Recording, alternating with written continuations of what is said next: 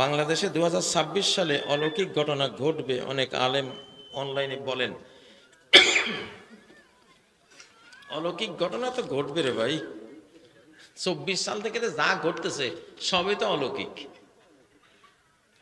হ্যাঁ, যেই ফ্যাসিবাদকে সরাবার জন্য আমরা শ্রদ্ধা সর্বশক্তি দিয়ে আন্দোলন করে বুড়ারা জওয়ানরা আমরা কিচ্ছু করতে পারি, ছোট ছোট ফলাফেন কতগুলি নিয়ে, ঠিক না?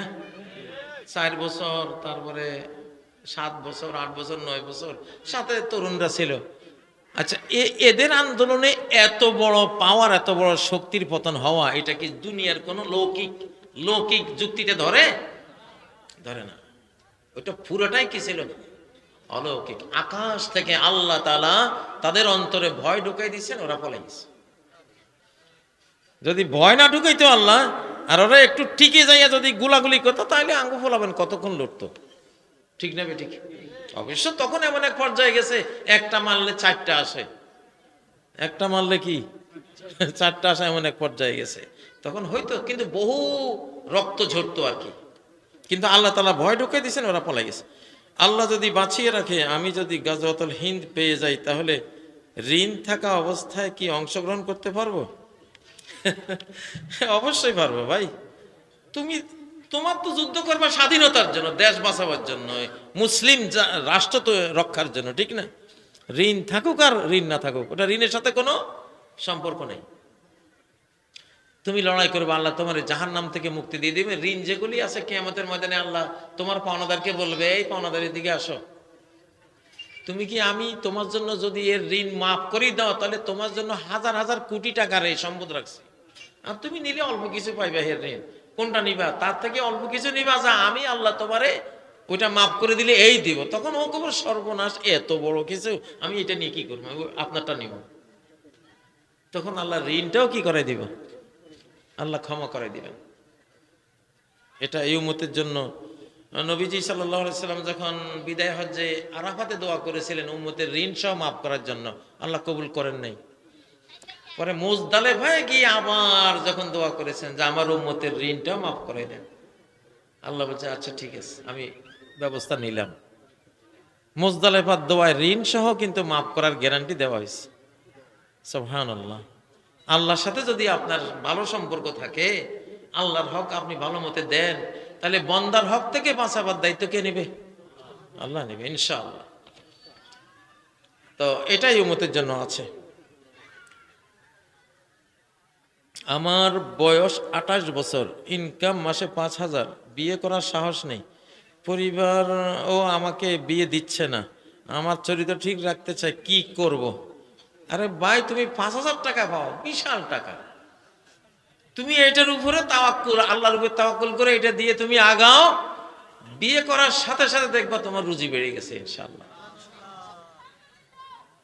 উতলুবুর রিজকা বিন নিকাহ, নবীজি বলেন আল্লাহর একটা অবলা বান্দির দায়িত্ব নাও, বিয়ে করো।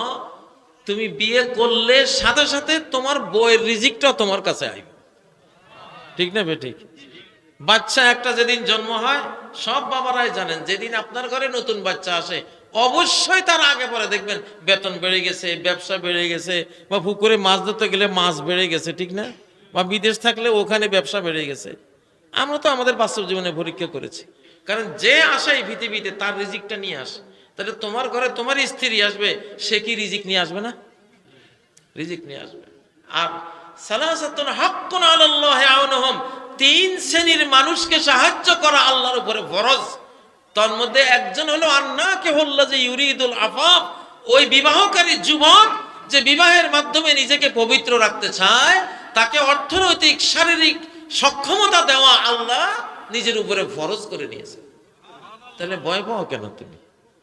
তুমি তাওয়াক্কালতু আলাল্লাহ কইয়া তোমার মা বাবারে বুঝাও, এগিয়ে যাও, ইনশাআল্লাহ আল্লাহ তাআলা এটা বাড়িয়ে দেবেন ইনশাআল্লাহ। প্রশ্ন মনে হয় শেষ।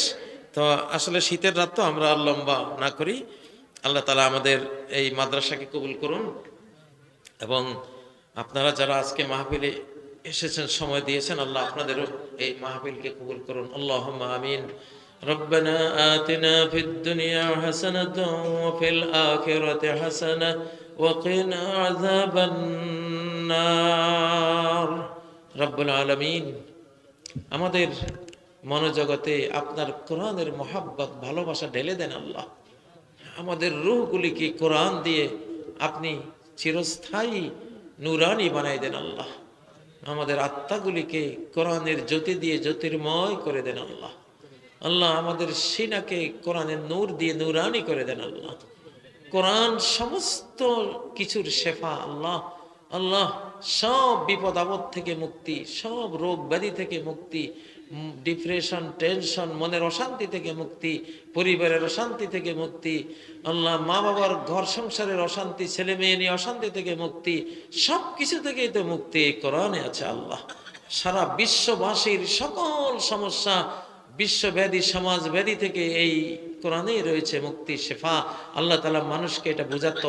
আল্লাহ কোরআনকে নিজের জীবনের গাইডলাইন হিসেবে কবুল করার তুমি তৌফিক দাও আল্লাহ।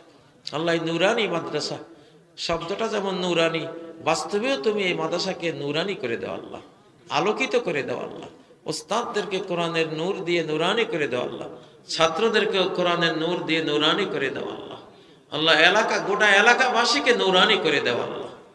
আল্লাহ আমিষা পাড়া এই অঞ্চল, আল্লাহ আবির পাড়া সহ আমাদের নোয়াখালীর এই অঞ্চল, আল্লাহ বহু আলেম ওলামা ধন্য এইসব এলাকা। আল্লাহ অতীতের মতো আবার এখানে আলিম ওলামা তৈরি করে দেন আল্লাহ, হাফেজে কোরআন তৈরি করে দেন আল্লাহ। আল্লাহ মুহাদ্দিস মুফাসসির তৈরি করে দেন আল্লাহ।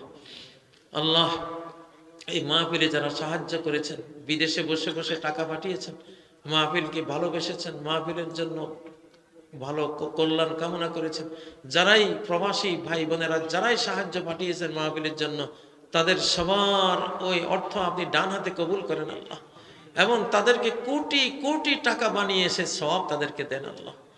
ওহদ পাহাড় চেয়ে আরো বড় বানিয়ে সেটার পুরস্কার তাদেরকে আখিরাতে দেন আল্লাহ। আল্লাহ বাংলাদেশ থেকেও যারা সাহায্য করেছেন তাদের সবার সাহায্য কবুল করেন, তাদেরকে এর সর্বোত্তম বিনিময় দুনিয়া আখিরাতে দান করেন আল্লাহ। যে কমিটি এই মাহফিলটার আয়োজন করেছেন, কষ্ট করেছেন, পরিশ্রম করেছেন, যে যুবকরা রাত দিন পরিশ্রম করে মাহফিল আয়োজন করেছেন, আমার সে যুবক ভাইদেরকে আল্লাহ তুমি ক্ষমা করো আল্লাহ। তাদের উত্তম চাকরির ব্যবস্থা করে দাও আল্লাহ। ব্যবসা বাণিজ্য করলে সেটাতেও তুমি অনেক অনেক লাভবান করে দাও তাদেরকে। বিদেশে গেলে দিন দুনিয়ার উন্নতি দিয়ে দাও আল্লাহ। ঘর সংসার করার তৌফিক দাও, ঘর সংসারে শান্তি আনিয়ে দাও আল্লাহ তাআলা। আমাদের এই যুগের যুবকরা আমাদের ভবিষ্যতের স্বপ্ন আল্লাহ। নারায়ে তাকবীরের এই যুবকরা, তাকবীর ধ্বনি তোলা এই যুবকরা আল্লাহ সবাই জান্নাতের পথে নিয়ে যাও আল্লাহ। আল্লাহ এই বাংলাদেশকে তুমি ইহদিনাস সিরাতাল মুস্তাকিমের উপরে নিয়ে আসো আল্লাহ। আল্লাহ এই সিরাতের উপরে চলে আসাই সকল সমস্যার সমাধান, সকল রোগের সমাধান আল্লাহ। আল্লাহ তুমি এটা তৌফিক দাও আমাদেরকে আল্লাহ, আমাদের যুবকদেরকে, আমাদের নবীন প্রবীণদেরকে, আমাদের পুরুষ নারী, নারী পুরুষ সবাইকে তৌফিক দাও আল্লাহ তাআলা। আল্লাহ মা বোনরা যারা ওয়াজ শুনেছেন, এই মাহফিলে সাহায্য করেছেন আল্লাহ, তাদেরকে সবাইকে মাফ করো আল্লাহ। আল্লাহ আমাদের সবাইকে মাফ করো আল্লাহ, আমাদের সবাইকে রহমত করো, আমাদের সবাইকে হেদায়েত দান করো, আমাদের সবাইকে নিরাপত্তা দান করো, আমাদের সবাইকে রিজিক দান করো আল্লাহ। আয় আল্লাহ, আয় আল্লাহ আমাদের মাটিতে, আমাদের ফল ফসলে, আমাদের আবহাওয়ায়, গাছগাছালি পাখালিতে, আমাদের জলস্থলে, অন্তরিক্ষে বরকত দাও আল্লাহ। আল্লাহ বাংলাদেশকে সারা বিশ্বের বুকে আল্লাহ সর্বশ্রেষ্ঠ একটা সুখী দেশ বানাই দেও আল্লাহ, সর্বশ্রেষ্ঠ ঈমান ইসলামী দেশ বানাই দেও আল্লাহ। যেমন এই দেশের মতো মাহফিল পৃথিবীর কোনো দেশে হয় না আল্লাহ। আল্লাহ এই মাহফিলের আমাদেরকে বিনিময় দাও, উত্তম বিনিময় দাও আল্লাহ। আয় আল্লাহ আমাদের মা বাবাকে ক্ষমা করো, আমাদের দাদা দাদি, নানা নানি, মুরব্বিয়ানে কেরাম সবাইকে ক্ষমা করো আল্লাহ। জিন্দা মুর্দা সকল মুমিন মুমিনা, মুসলিম মুসলিমাকে ক্ষমা করো, তাদের কবরগুলিকে প্রশস্ত করে দাও। আয় আল্লাহ যারা দুনিয়া থেকে চলে গেছেন আদম থেকে এই পর্যন্ত মুমিন মুমিনা আল্লাহ সবার কবরকে জান্নাতের ফুল বাগান বানাই দাও আল্লাহ। আল্লাহ কবরে আযাব মাফ করো আল্লাহ, তাদের আখেরাতে দুনিয়ার চেয়ে উত্তম সঙ্গী সাথী মিলাই দাও আল্লাহ, দুনিয়ার চেয়ে উত্তম ঘর বাড়ি জুটাই দাও আল্লাহ। কবরে আযাব মাফ করে দাও আল্লাহ, জাহান্নামের আযাব মাফ করে দাও আল্লাহ। আয় আল্লাহ আমাদের দোয়াগুলি কবুল করো।